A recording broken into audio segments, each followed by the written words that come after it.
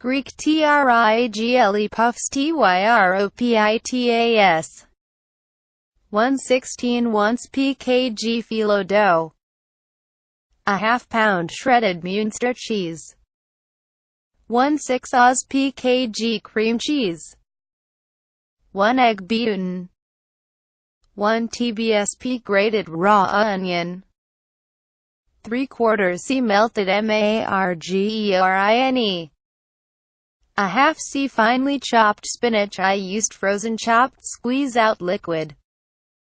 Beat together 3 cheeses, egg and onion until smooth. Add cooked spinach. Take 2 shhets of phyllo out of package, keeping remaining sheets covered with a damp towel to prevent drying out. Place the 2 sheets one on top the other. Cut sheets into 3 or 4 strips lengthwise. Each strip will be about 3 inches wide and 12 inches long. Place a teaspoonful of cheese mixture in one corner of a strip.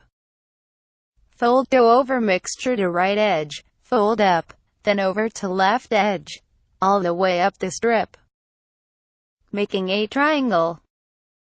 Place on ungreased cookie sheet. Brush entire triangle, front and back with melted butter.